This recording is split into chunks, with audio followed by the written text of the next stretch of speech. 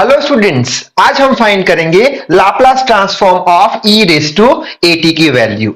तो सबसे पहले तो जो लाप्लास ट्रांसफॉर्म है उसका इक्वेशन याद रखना बहुत ही ज्यादा जरूरी है। वो क्या है? L ऑफ ft, यानी लाप्लास ट्रांसफॉर्म बताता है। यही लाप्लास ट्रांसफॉर्म को हम f ऑफ s भी बोल सकते हैं। दोनों में से कोई भी एक आप सिंबल याद रख सकते हो लाप्लास ट्रांसफॉर्म का। उसका इक्वेशन क्या है? Integration of 0 to infinite e raise to minus st f of t into dt। ठीक है, अब न्यूमेरिकल देख लेते हैं। तो न्यूमेरिकल क्या है? Find Laplace transform of f of t e raise to at, यानी हमें e रेज टू at का क्या फाइंड करना है? लाप्लास ट्रांसफॉर्म फाइंड करना है, जहां पे a का जो वैल्यू है वो है कांस्टेंट।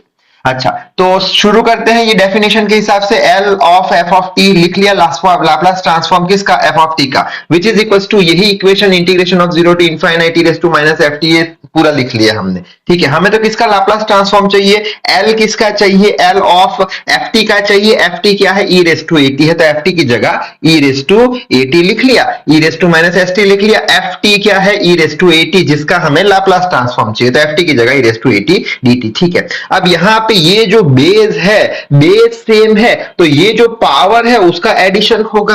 तो यहाँ पे पावर का एडिशन क्या है? माइनस st प्लस at हो गया। ठीक है, अब यहां से हमने माइनस टी को कॉमन निकाला, यहां से पावर में माइनस टी को कॉमन निकाला, तो ये s माइनस ए हो गया, s माइनस ए हो गया, माइनस टी कॉमन निकाला। ठीक है, अच्छा, बाद में ये पूरा जो है term e raise to minus t, s minus A, उसका इंटीग्रेशन क्या होगा? तो उसका इंटीग्रेशन वही होगा, e raise to minus t s minus a as it is. और डिवाइड में हम क्या करते थे?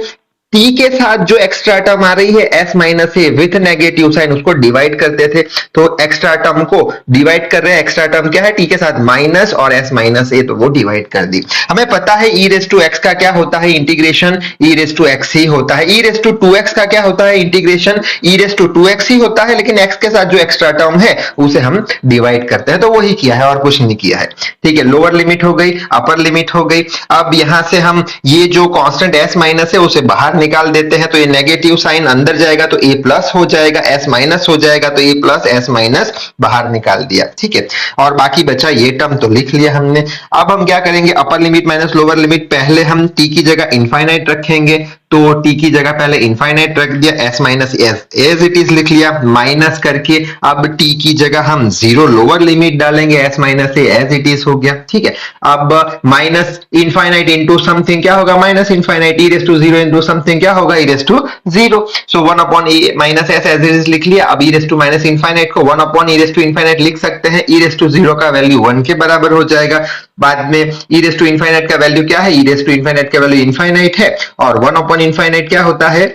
0, 0 माइनस 1, तो ये माइनस साइन बाहर लगा दी हमने, a माइनस s, तो ये माइनस साइन बाहर लगाई, तो ये a माइनस हो जाएगा और minus minus plus s plus हो जाएगा, s प्लस हो गया, a माइनस हो गया। तो हमें मिल चुका है लाप्लास ट्रांसफॉर्म किसका? e रेज टू at का 1 अपॉन s माइनस a।